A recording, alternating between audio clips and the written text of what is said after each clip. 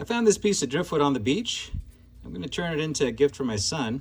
I tried cutting it with the laser, but it just caught the wood on fire and it didn't make the channel like you would see in poplar.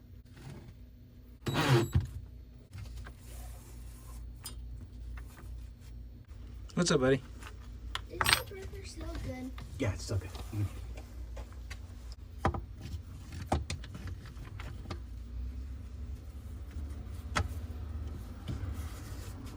Okay, to hold this down, I'm going to find the midpoint of my cord here, bring it up to you.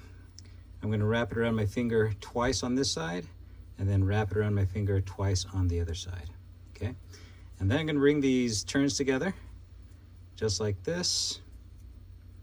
All right, now this hole that I have, I'm going to run my two free ends through. Here's one on this side, and here's one on the other side. And now we just need to dress this up. And this is almost like a handcuff knot. There's a very similar knot that you use, except for it's a single turn to tie down sleeping mats when you go camping. I'll show you that here soon.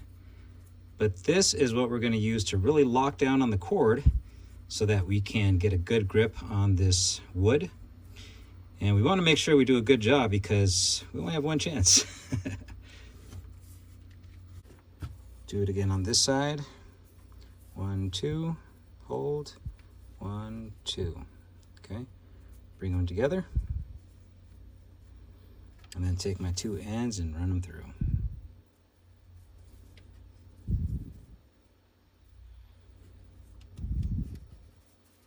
Now what really works for tightening this up is pushing onto this piece here that ties it all together. I'm just pushing it down and everything is tightening up. You can't really see it. I can feel it in my fingers as I do it. There we go. And then we'll pull this tight. You see all the tension I already have in that knot? That's exactly what we want.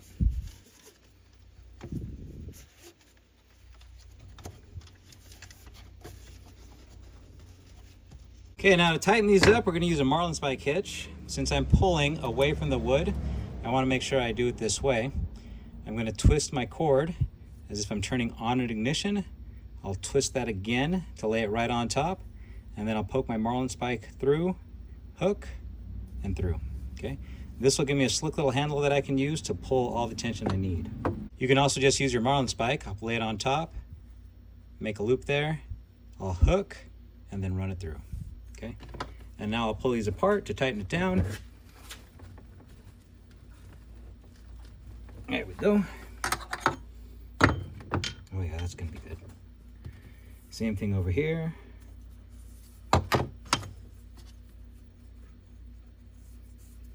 Okay, now when you pull on a marlin spike, I always like to put my thumb on the end.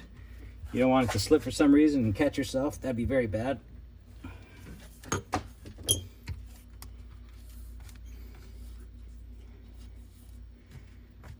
Okay, yeah, that's gonna be good. All right, let's do this.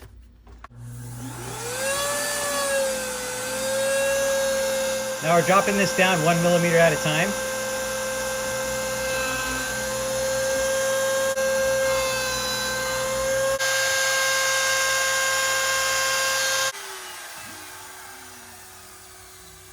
Now here's the scary part. We want to make sure that this was seated. What I mean is it sits as flat as it can as we cut it. And so hopefully our trick did it. We'll find out.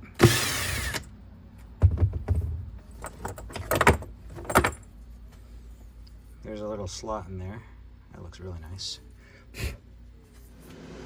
All right, now I got this photo frame. I'm gonna laser cut it to the size I need, which is a 4-inch square.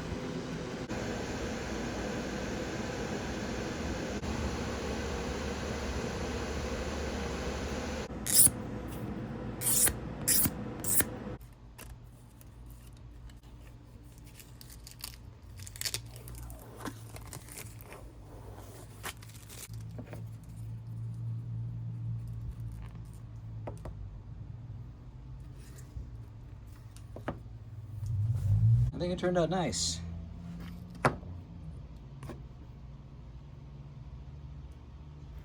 Thanks for watching.